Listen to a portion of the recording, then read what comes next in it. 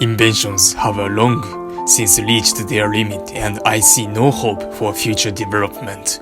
Julius Sextus Frontinus, highly regarded engineer in Rome, 1st century AD.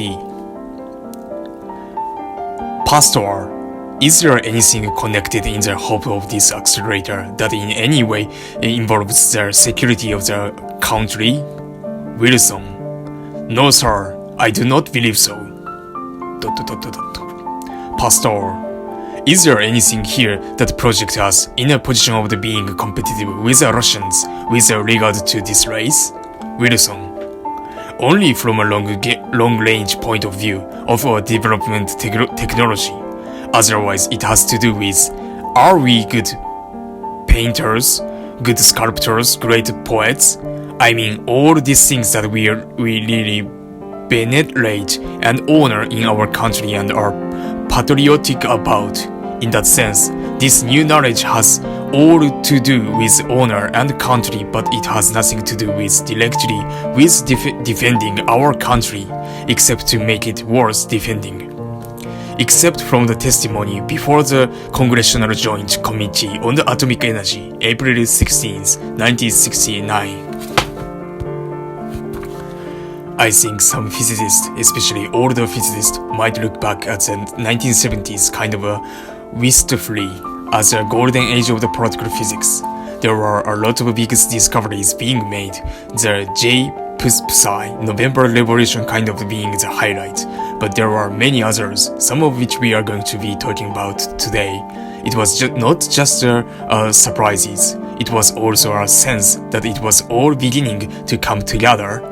The quark model, which at first had been tentative, had become fleshed out, and then a theory, quantum chromodynamics, had been developed, which really took what was effectively a model, an idea about quarks, and turned it into a rigorous mathematical framework where you can do calculations and make quantitative predictions, and they are starting to come true. One of the most impressive things about the J-psi particle was not just that we had discovered a new quark, a charm quark and its anti-quark. It was the behavior and property of the J-psi really made sense if you look at the theory of quantum chromodynamics. Think, for example, about the most distinctive characteristic of this new J-psi particle. It lives for a long time. It's very stable. Why is that? It's a charm quark and an anti-charm quark. Why don't they just annihilate like matter and antimatter and the things disappears right away? And the answer is, it comes from the mathematics of the quantum chromodynamics. QCD says, when you have quarks that are far apart, they attract each other very strongly. But if they are close together, it's kind of like the rubber band force of nature. They don't really attract one another very strongly at all. Yes. They become free the closer they get. And in the quantum mechanics, the more massive particle is, in a certain sense, that means that this distance is very small. The charm and anti-charm quarks are, in a real sense, very, very close to one another in the J-psi particle. And because they are very, very close, they feel each other almost not at all. They are essentially completely free particles. They don't suck each other one into the other and annihilate for a long time because of the properties of the quantum chromodynamics.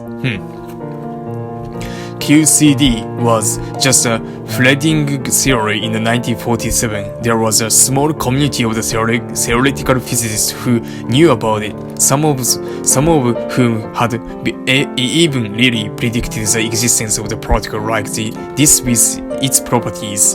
In fact, there was one theorist who had bet his hat at the conference a year or two before the discovery of the J-psi that such a particle, something like it would be discovered.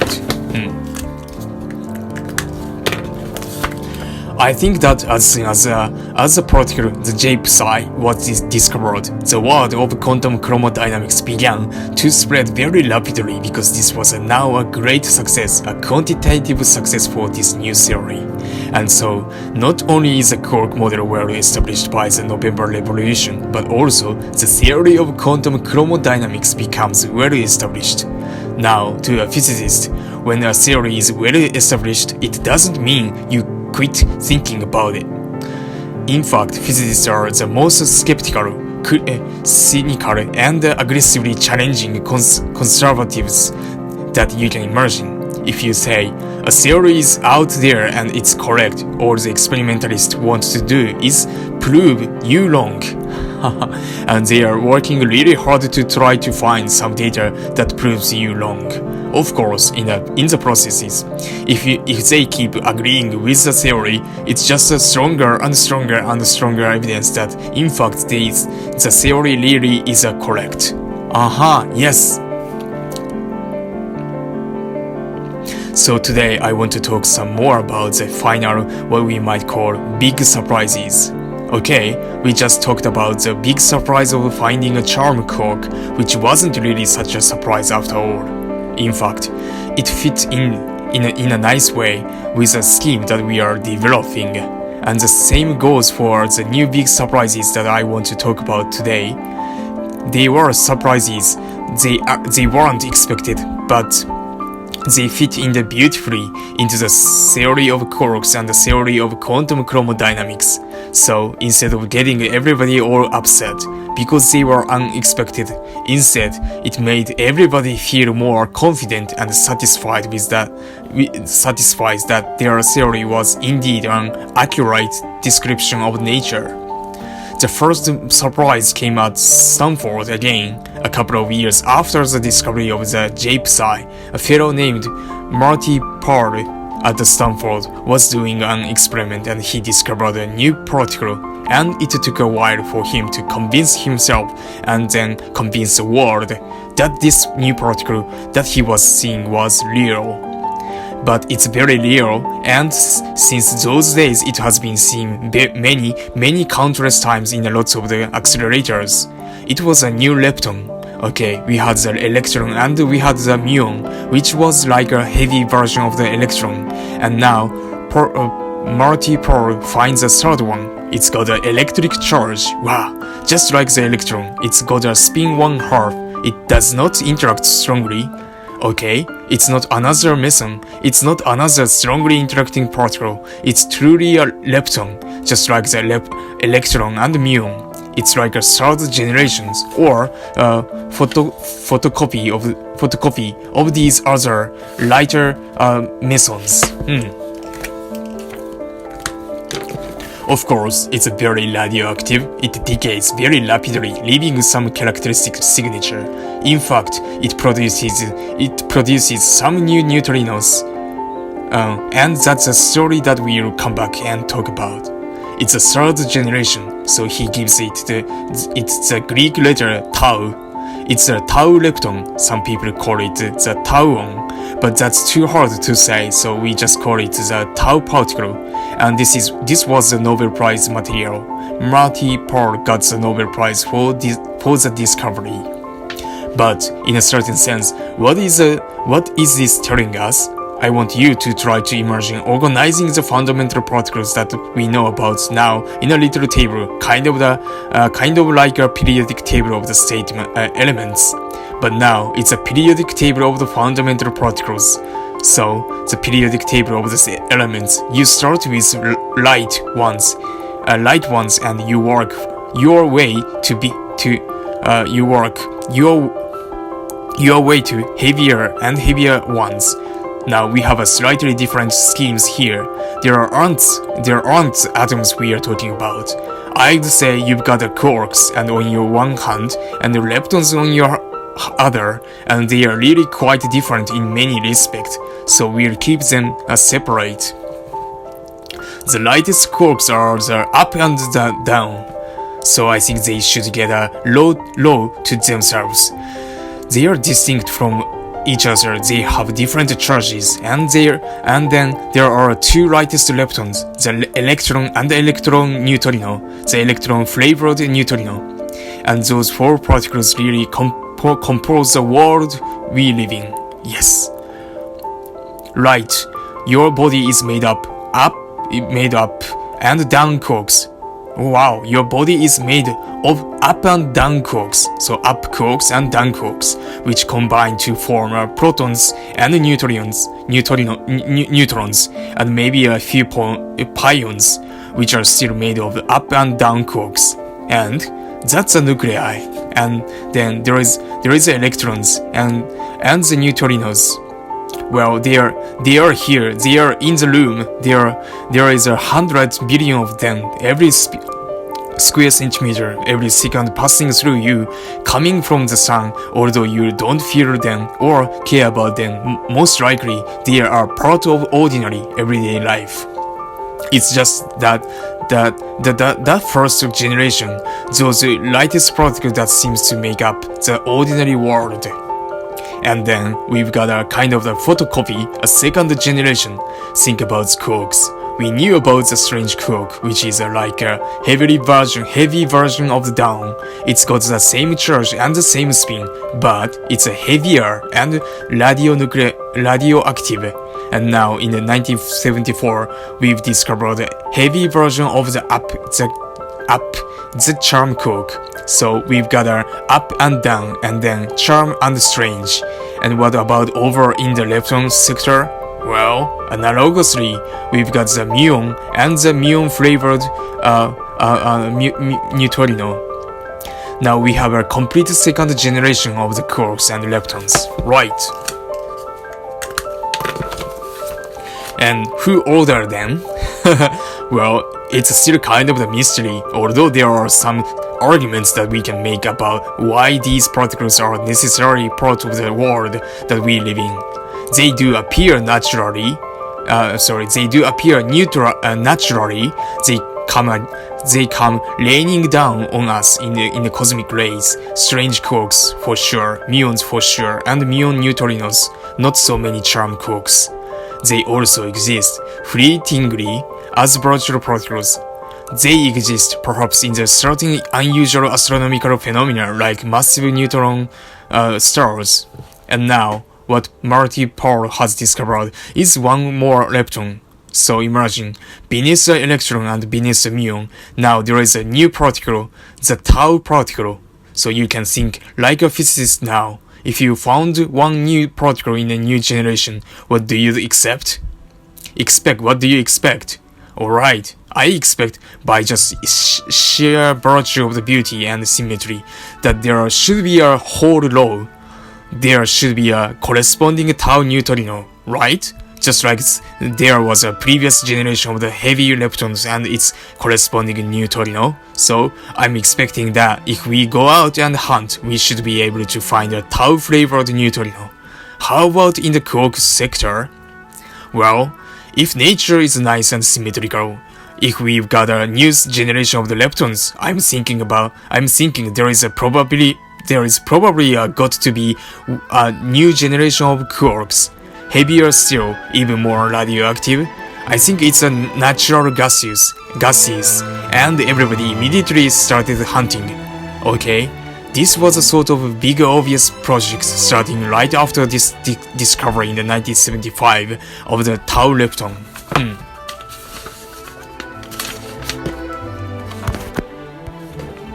It didn't take long. It was an experiment done by Leon Lederman and his team at the Fermilab.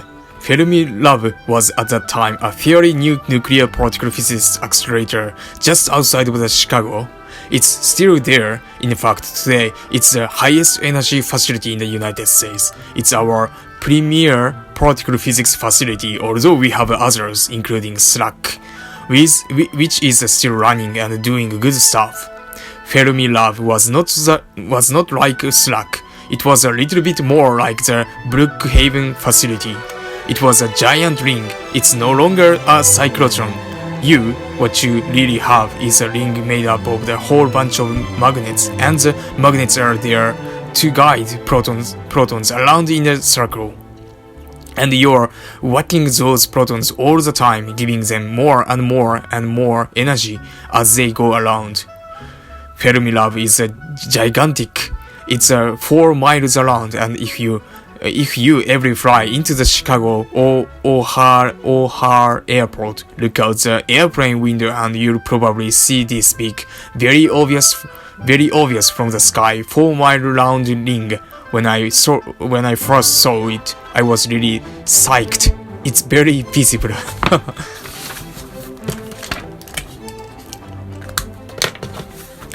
This was the accelerator facility where Leon Lederman was working. It's 1977, and the facility at that time could produce protons with the energy of the 200 giga-electron volt. That's 200 billion volt electrons. Wow! So that's a lot of energy, and if you dumped that energy into a target, you should be able to produce new particle of nature. So, if you are visualizing this new periodic table, what are you going to see? You have an up and down quark in the lightest generation, and the down quark, in a certain sense, is a little bit lighter than the up quark. And in the next generation, the strange quark is quite a bit lighter than the charm quark. You are always more likely to produce something that's lighter because it's just easier to produce something that's lighter, and tougher to produce something that's heavier. So if there is going to be a new generation of quarks down there, first of all, what are we going to call them? People actually made up the name before they found these particles, and there were actually 2 competing schools of thought. The first thought was, well, we have up and down. How about calling them top and bottom? It's just a name, and it's kind of the analogous and remind us of the sort of the symmetry of the picture of the world that we have, or T and B. And as soon as people thought of T and B, the more whimsical characters wanted to call them truth quarks and beauty quarks. Wow. Just like a charm and strange. So there was a little bit of dispute in the physics community, and I think today top and bottom have won out. Everybody refers to the quarks in that way, and every now and again you somebody talking about beauty quark. Mostly it's just like a T and B or top and bottom. Yes. If the pattern follows the new quarks that has changed negative 1/3, that's the one that goes underneath the down quark and the strange quark, the bottom quark is going to be the lighter of the two, and so the guess is that most likely, if this model of nature is correct, and if we are really going to find 3rd generation, that's what we really that's what we are likely to find. And indeed, that's exactly what Leon Lederman found. It was completely analogous to the discovery of the J psi in the sense that something had found evidence of the particle with definite energy by looking at protons smashing into the target and investigating the debris that came out. The J psi particle was a meson and charm and an anti-charm quark bound together, and so what Leon Lederman found was a bottom and anti-bottom quarks bound together. Wow. And now, these quarks are so massive that the theory of quantum chromodynamics can really start to make some quantitative predictions about the lifetime, and the decay products, and the quantum numbers. Everything that you could imagine that you could measure about this bottom-anti-bottom meson is now theoretically predicted. So you might, ask, well, did he get the Nobel Prize for that? He did get the Nobel Prize, but for another experiment that he had done in his career. He didn't get the Nobel Prize for this one. It's kind of interesting. It's almost the same discovery as the J psi, which got a Nobel Prize. But I think at this point, now, you're just confirming what everybody is expecting. It's not such a big shock, And shoot, it's now quark number 5. I mean, how many Nobel Prizes are we going to give for new quarks? So, too bad, right? Liederman named this quark the Upsilon. Upsilon. It's another Greek, Upsilon. Another Greek letter, and at first I wondered why he picked Upsilon, but I think, Upsilon sounds a little bit like a Leon, which is his first name, and in fact, there is the humorous story. When they were looking for this particle, what are you doing? You are collecting data and you are looking for a large number of events that occur at one particular energy. And at first, they begin to accumulate some events at one particular energy. So they said, aha, we found the Upsilon. Of course, they are good physicists and they are cautious. It's like tossing that coin and you get the heads in a row and you say, I think we've got a weighted coin. Weighted coin. So it's not balanced, right? it's cheated, right?